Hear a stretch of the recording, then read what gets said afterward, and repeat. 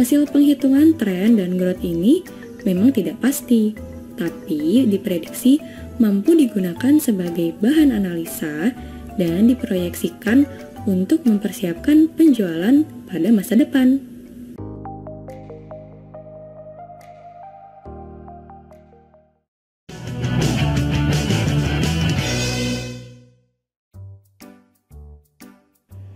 Halo, di video sebelumnya kamu telah mempelajari cara membuat pivot chart dan slicer tools pada pivot table. Masih dalam pembahasan menganalisis data pada Excel, saya akan melanjutkan ke materi data trend dan data growth. Diterapkan untuk menganalisis apakah dua rumus fungsi ini? Saya akan bahas satu persatu dalam video ini. Bagi kamu yang berprofesi sebagai market analyst atau data analyst, menggunakan data trend dan data growth akan membantu kamu dalam menganalisis data yang telah kamu olah. Ini merupakan fungsi statistika yang disediakan oleh Microsoft Excel, sehingga kamu dapat melihat seberapa besar fluktuasi sekaligus bisa melakukan prediksi berdasarkan data. Untuk mendapatkan prediksi data yang tepat, kamu harus memiliki data yang lengkap atau detail. Misalnya, kamu akan memprediksi penjualan di tahun depan, maka kamu harus memiliki data yang lengkap pada tahun sebelumnya. Untuk lebih jelasnya, perhatikan contoh berikut. Di sini saya menyajikan sebuah data penjualan sebuah perusahaan pada bulan Januari sampai bulan Desember tahun 2019. Terdapat transaksi penjualan setiap bulannya. Tahap pertama dalam membuat sebuah data trend adalah memblok seluruh kolom dari data bulan dan kolom data total penjualan. Selanjutnya, klik tab menu Insert. Pilih panah kecil pada pilihan Insert Line or Area Chart. Kemudian pilih Line with Marker. Akan muncul sebuah grafik pada worksheet yang menunjukkan penjualan pada tahun 2019. Lalu pada grafik yang sudah tersedia, saya akan memunculkan data trend. Caranya, klik kanan pada data yang tersedia pada grafik dan akan muncul beberapa pilihan. Dan saya pilih Add Trend Line.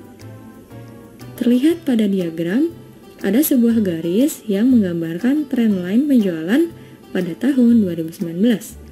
Dari garis ini terlihat penjualan dengan grafik naik.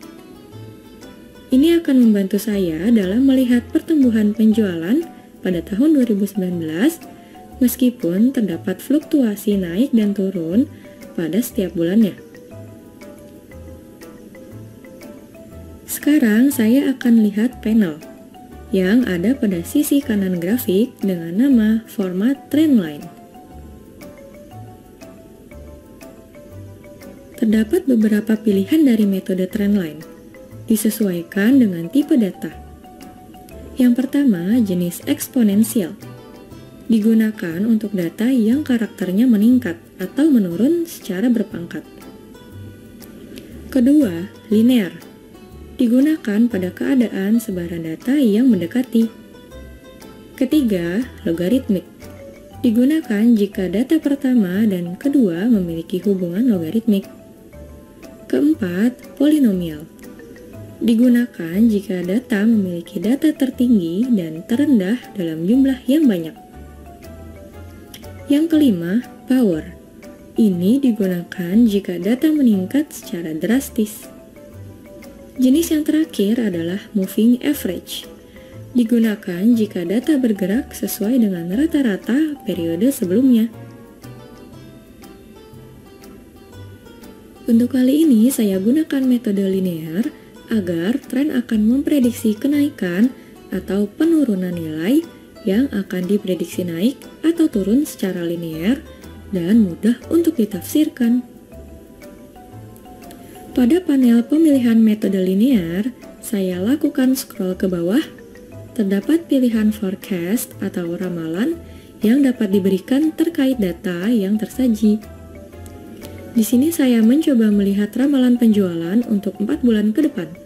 Berarti saya akan mengisi forecast dengan angka 4. Terlihat perubahan pada grafik. ada tambahan data berupa ramalan penjualan dari Januari 2020 sampai bulan April 2020. Ada perubahan yang diperkirakan hingga bulan April 2020 nanti. Bahkan saya dapat melihat ramalan penjualan untuk 1 tahun ke depan. Berarti saya mengisi kolom forecast dengan angka 12. Terlihat trendline pada grafik. Pada trendline yang sudah tersedia, saya bisa mengubah warnanya agar terlihat perbedaan antara trendline dan data grafik. Saya mengubah warna trendline pada panel yang sama. Namun, klik pada pilihan Panel and Fill. Klik pilihan Color, dan saya ganti menjadi warna orange untuk membedakan dengan data grafik. Dari data yang sudah tersaji, saya akan R-squared yang akan menunjukkan seberapa besar trend mempresentasikan seluruh data yang tersaji dengan cara memberi centang pada display equation on chart dan pada display R-squared value on chart. Sekarang sudah terlihat data peramalan penjualan untuk 4 bulan ke depan pada grafik. Saya ingin melihat data tren pada tabel untuk 4 bulan ke depan dengan menggunakan rumus data tren. Fungsi rumus tren ini untuk menentukan hasil nilai di sepanjang tren linear yang sudah ada pada grafik. Selain untuk metode linear, rumus ini juga berfungsi untuk menyocokkan data pada grafik yang didapat melalui metode polinomial. Saya akan membuat kolom baru dengan nama data trend. Langsung saja masukkan rumus fungsi dari data trend. Saya akan mulai dari sel C14 karena ingin mencari data dari Januari 2020 saja. Masukkan rumus sama dengan trend, kurung buka, terdapat argumen yang pertama, yaitu YS. Ini berisi data nilai Y yang sudah diketahui. Saya akan isi dengan data penjualan. Saya blok seluruh data penjualan, lalu koma. Argumen yang kedua adalah now XS. Artinya ini berisi data dari nilai X yang sudah diketahui. Dapat diisi dengan data bulan penjualan. Blok dari awal sampai tahun 2019. Sampai terakhir di bulan Desember 2019.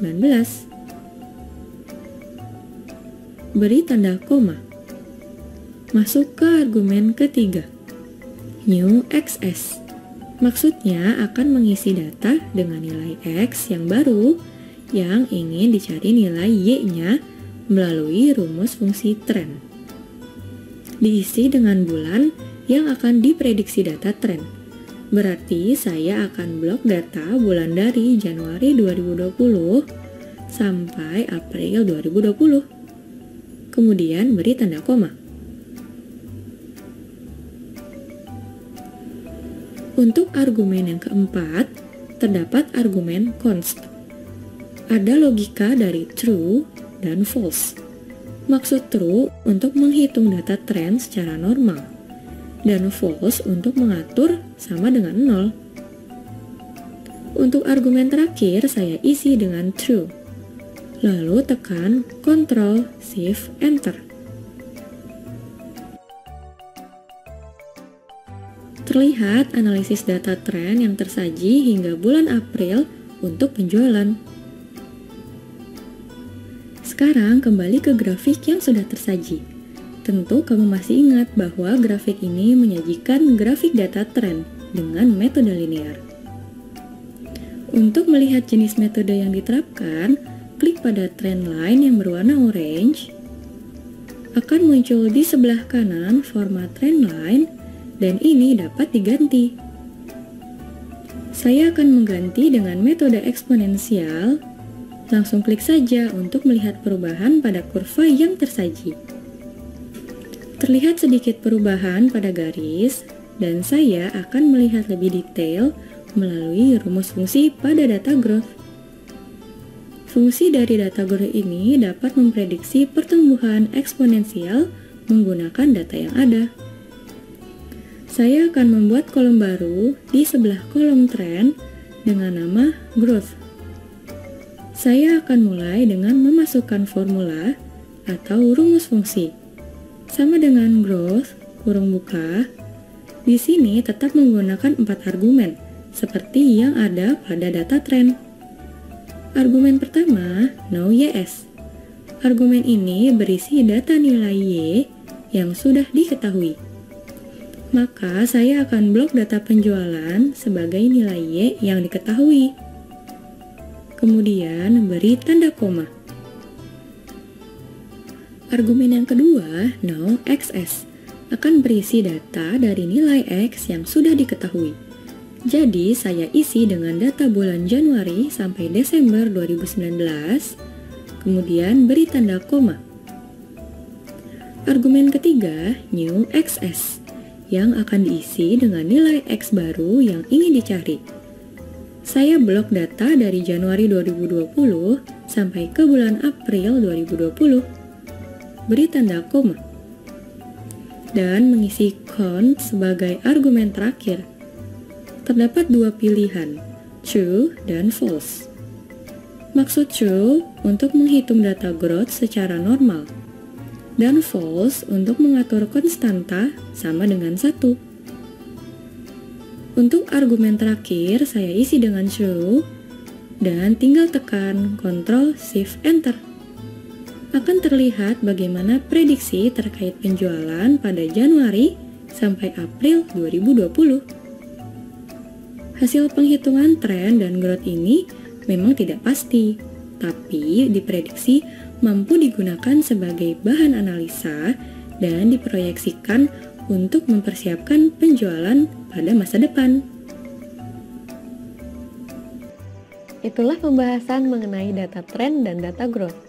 Selesai pembahasan mengenai analisis data, saya akan melanjutkan dengan materi terakhir, yaitu proteksi file, workbook, dan worksheet kamu. Bagaimana caranya? Simak pada video berikutnya.